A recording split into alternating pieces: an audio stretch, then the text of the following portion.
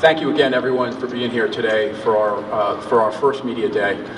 We appreciate the turnout of media and Pride Club members that are here today, corporate sponsors that are with us, former basketball players that are with us today, and we do appreciate it very much. Why do we have a media day? We talked about this quite a bit over the summer and felt that this day was important for a number of reasons. And the first and foremost is that basketball is very important at Hofstra. We will do everything we can to remain competitive and to continue to build our basketball programs. The runs that we have had recently in men's and women's basketball have been very good. But I honestly believe, and I think anybody that you will hear from today believes, that the future of our basketball program are the best years, are our best years. And we are excited about what we have coming ahead of us. We're coming off a year with men's and women's basketball where we've won 21 and 19 games respectively. Both programs had an All-American on their team, and there is quite a bit to promote and quite a bit to be proud of. In men's basketball, we've averaged 20 wins a game for the last 7 years. We've done that at a time where we've had 2 All-Americans, 2 CAA Players of the Year, 3 CAA Player of the Year honors, in Lauren Stokes having 1 and Charles Jenkins having 2. Charles Jenkins winning the 3 Haggerty Awards. There's quite a bit there to be proud of, but as I said, we are thrilled about where our basketball program is headed. Mo Cassera has done a tremendous job, particularly in engaging the community and the students in surrounding this basketball program. And we come off a year where our attendance, we averaged about 3,100. In the metropolitan area, that ranked only behind St. John's, Rutgers, and Seton Hall. And the difference between us at 4th and 5th was about 1,000 people per game.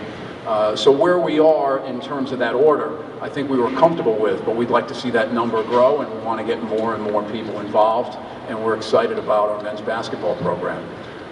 From a women's basketball, I think to put it in perspective, and some of you may not know these numbers, and when you hear it at first, it gets people's attention. We have 6 winning basketball seasons in the last 27 years in women's basketball. 6 in 27.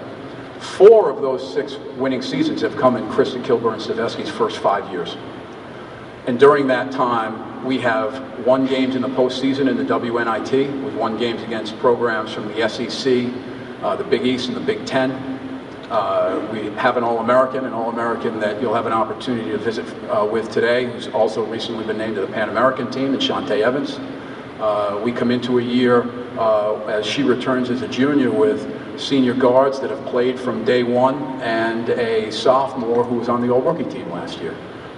We do these things at a time when attendance continued to grow, and we bring back a holiday tournament, which we've not had in a long time, thanks to the support of New York Life. And we have representatives here, and we're very appreciative of everything that's happening with our basketball programs.